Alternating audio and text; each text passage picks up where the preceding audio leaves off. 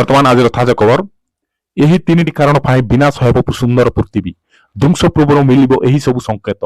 ନୂଆଦିଲ୍ଲୀ ଅନେକ ଥର ପୃଥିବୀର ବିନାଶକୁ ନେଇ ଭବିଷ୍ୟବାଣୀ କରାଯାଇଛି କିଛି ଲୋକ ଏହାର କାରଣ ତାରିଖ ଏବଂ ଉପାୟ ମଧ୍ୟ କହିସାରିଛନ୍ତି ତେଣୁ ଏହି ବିନାଶର ମୃତ୍ୟୁ ଆସିବା ପୂର୍ବରୁ ମଣିଷ ନିଜର ସମସ୍ତ ଇଚ୍ଛା ବା ସ୍ୱପ୍ନ ପୂରଣ କରିଦେବା ପାଇଁ କୁହାଯାଏ ଏମିତିକି ଅନେକ କ୍ୟାଲେଣ୍ଡର ମଧ୍ୟ ପୃଥିବୀର ବିନାଶ ସମ୍ପର୍କରେ ଘୋଷଣା କରିସାରିଥିଲେ କିନ୍ତୁ ଏହି ନିର୍ଦ୍ଦିଷ୍ଟ ଦିନ ବା ସମୟରେ ପୃଥିବୀରେ ବିନାଶ ଦୂରର କଥା କୌଣସି ଅଘଟଣା ମଧ୍ୟ ଘଟି ନାହିଁ ତେବେ ଏହି ସମୟରେ ଏକ୍ସପର୍ଟ ଦେଇଛନ୍ତି ଏକ ବଡ଼ ମନ୍ତବ୍ୟ ତିନିଟି ଉପାୟରେ ଧ୍ୱଂସ ପାଇପାରେ ଏହି ପୃଥିବୀ ବୋଲି କହିଛନ୍ତି ଏକ୍ସପର୍ଟ ପୃଥିବୀର ବିନାଶର ଅର୍ଥ ସାରା ଗ୍ରହରେ ମନୁଷ୍ୟ ଜାରିର ଆତଙ୍କ ଏହି ଭୟଙ୍କର ଘଟଣାରେ ଅନେକ ଥର ଭିନ୍ନ ଭିନ୍ନ ତାରିଖ କୁହାଯାଇଛି ବିଭିନ୍ନ ଉପାୟରେ ପ୍ରଳୟ ତଥା ବିନାଶର ପୃଥିବୀର ଶେଷ ଘଟାଇବ ବୋଲି କୁହାଯାଇଛି କିନ୍ତୁ ଏବେ ଏକ୍ସପର୍ଟ ମାନେ କହିଛନ୍ତି ଯେ ପୃଥିବୀ କିପରି ଶେଷ ହୋଇପାରେ ପୃଥିବୀର ବିନାଶ ପାଇଁ ଏକ୍ସପର୍ଟ ତିନିଟି କାରଣ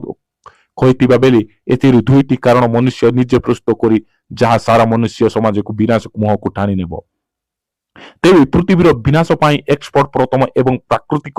କାରଣ ଭାବରେ ଉଲ୍କାପିଣ୍ଡକୁ ଦର୍ଶାଇଛନ୍ତି ଉଲ୍କାପିଣ୍ଡ ସହ ଧକ୍କା ହେବା ଦ୍ୱାରା ପୃଥିବୀର ବିନାଶ ଘଟିପାରେ ଏହା ବ୍ୟତୀତ ଅନ୍ୟ ଦୁଇଟି କାରଣ ପାଇଁ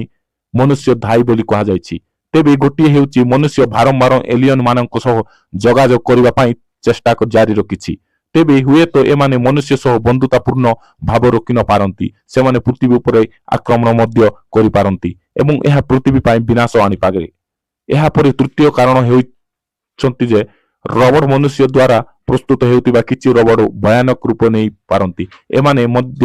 ମନୁଷ୍ୟ ଜାତି ଉପରେ ଆକ୍ରମଣ କରି ପୃଥିବୀ ବିନାଶର ଏକ କାରଣ ହୋଇପାରନ୍ତି ମନୁଷ୍ୟର ଏହି ଦୁଇଟି କାରନାମା ପୃଥିବୀର ମୃତ୍ୟୁକୁ ଡାକିପାରେ ବୋଲି କହିଛନ୍ତି ଏକ୍ସପର୍ଟ ନମସ୍କାର ଦର୍ଶକ ବନ୍ଧୁ ଏମିତି ନୂଆ ନୂଆ